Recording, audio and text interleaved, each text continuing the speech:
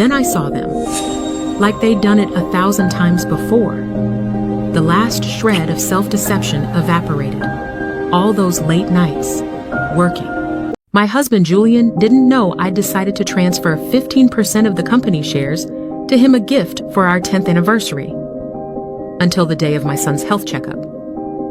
The doctor smiled as he handed me the results. My husband and I, both type O. Our son?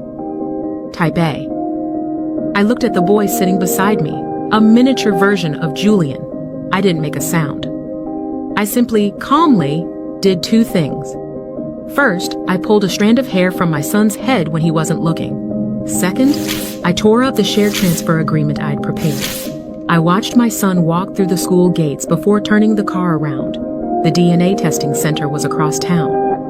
I need express results. How fast can you do it? The technician glanced up from her paperwork. Standard processing is 5 business days. Rush is today by 4 p.m. Triple the cost. Rush it.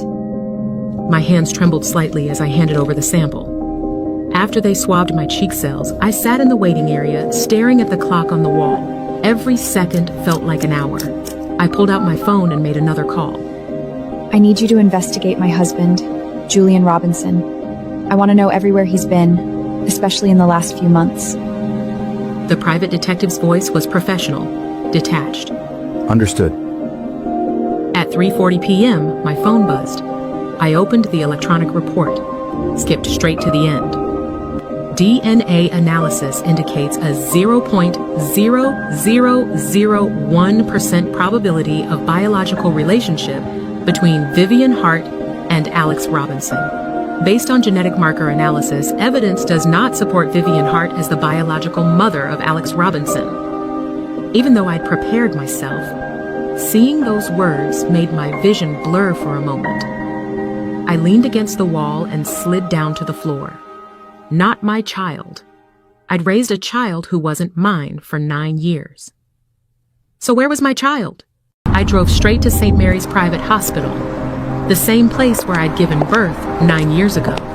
Dr. Susie was still there. She'd been promoted to department head. Dr. Susie, I need to access my delivery records and hospitalization files from 9 years ago. Her smile froze for a moment. That was so long ago. The files might already be archived. It took some effort, but eventually someone from the records room brought over a folder. I flipped it open. The documentation was shockingly sparse. Only basic informations. Admission time, discharge time, delivery method, newborn weight, no detailed labor notes, no nurse handoff records, no pediatric examination reports. Is this everything? She looked apologetic. That's all we have in the system.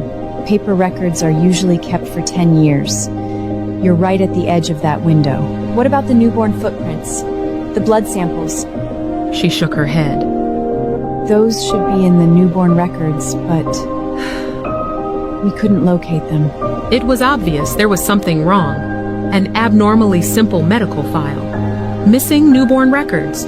A child who wasn't mine, but looked exactly like my husband. The pieces were starting to form a picture I didn't want to see. My phone rang. It was Julian. Where are you? I already picked up Alex. I'd completely forgotten about school pickup time. At least I'd warned the teacher ahead of time. I'm out running business. I'll be home soon. I hung up. After dinner, I claimed a headache and retreated to the bedroom early. Through the closed door, I could hear Julian helping Alex with homework in the living room. Their voices drifting through the house. Dad, is Mom upset? Mom's just tired. Finish your homework and get to bed early. I waited until they were both asleep. Then I started searching. The master bedroom, the living room, Alex's room. I went through everything, looking for... I didn't even know what. I found nothing. Finally, I turned to the computer in the study. The truth had to be in there. Footsteps in the hallway. I quickly closed out of the files I'd been opening. When Julian pushed the door open, I was straightening papers on the desk. He glanced at the computer screen. It had returned to the desktop. photo of the three of us at the beach from 3 years ago. Still up? Just organizing some old documents. I reached over and turned off the monitor. He stood there for a moment like he wanted to say something. In the end, he just nodded. Get some rest. I sat in the darkness, listening to his footsteps fade down the hall. That night, I didn't touch the computer again. I lay in bed, thoughts racing, unable to find sleep. The next morning, I still let Julian take Alex to school. He looked at me, picked up the car keys. All right. The moment they left, I went straight to the study. I turned on the computer and tried the password. Our wedding anniversary.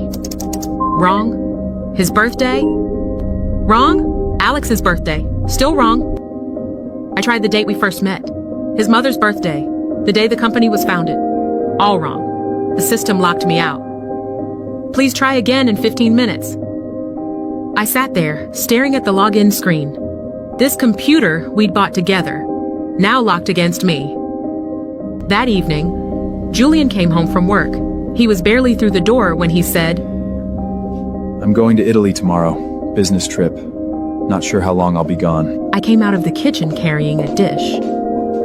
That's sudden. Who are you going with? He set his briefcase on the table and turned to look at me. Just someone. It was a last-minute arrangement. Vivian, can you not do this? I stared at him, confused. It was just a casual question. Why was he reacting like this? You question everything. You suspect everyone. I'm just going to work. I turned back to serve the rice. My hands were shaking slightly. I was just asking. He said nothing more. Walked straight to the bedroom. Dinner was silent. Alex must have sensed something was off. For once, he didn't complain about the food. After his shower, Julian grabbed his coat from the sofa to hang it up. A receipt slipped from the pocket and fell near my feet. After he left the room, I picked it up. A perfume purchase. Expensive. Bought yesterday afternoon. A brand name I didn't recognize. But I knew it wasn't for me. I thought about our marriage. 10 years. Julian hadn't bought me a gift in all that time. Not since our first anniversary. A scarf. I still had it somewhere. After that, nothing. No birthday gifts.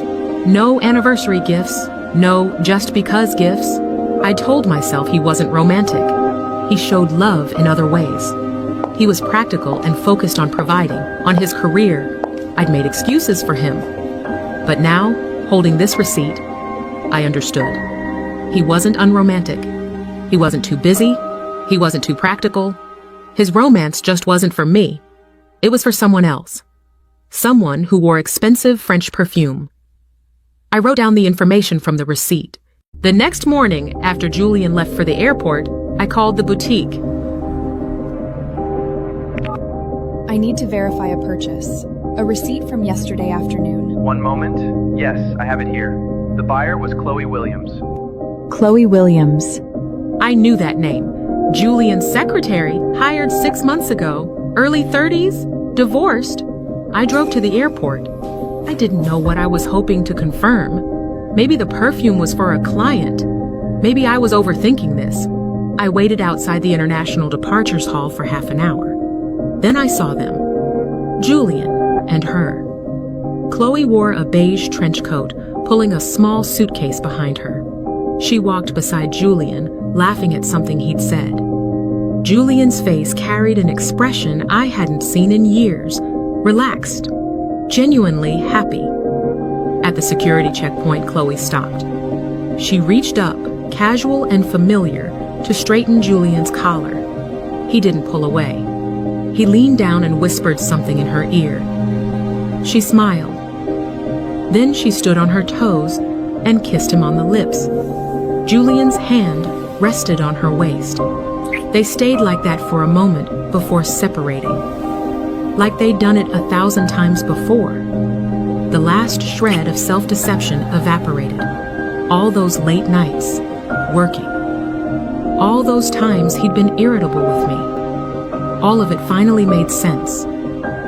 I watched their intimate silhouette disappear through security. A new thought crystallized in my mind. That child who wasn't mine. And this woman. Could they be connected? On the drive back, I called the private detective I'd hired. I need you to look into someone else. Chloe Williams. I want to know everything about her, especially whether she has any children. The detective worked fast. By the next afternoon, I had the report. Chloe Williams, 32 years old, divorced 5 years ago, one son, 9 years old, name, Alan, attending a public school in the West End. The date jumped out at me. Chloe's son was only 1 week older than Alex.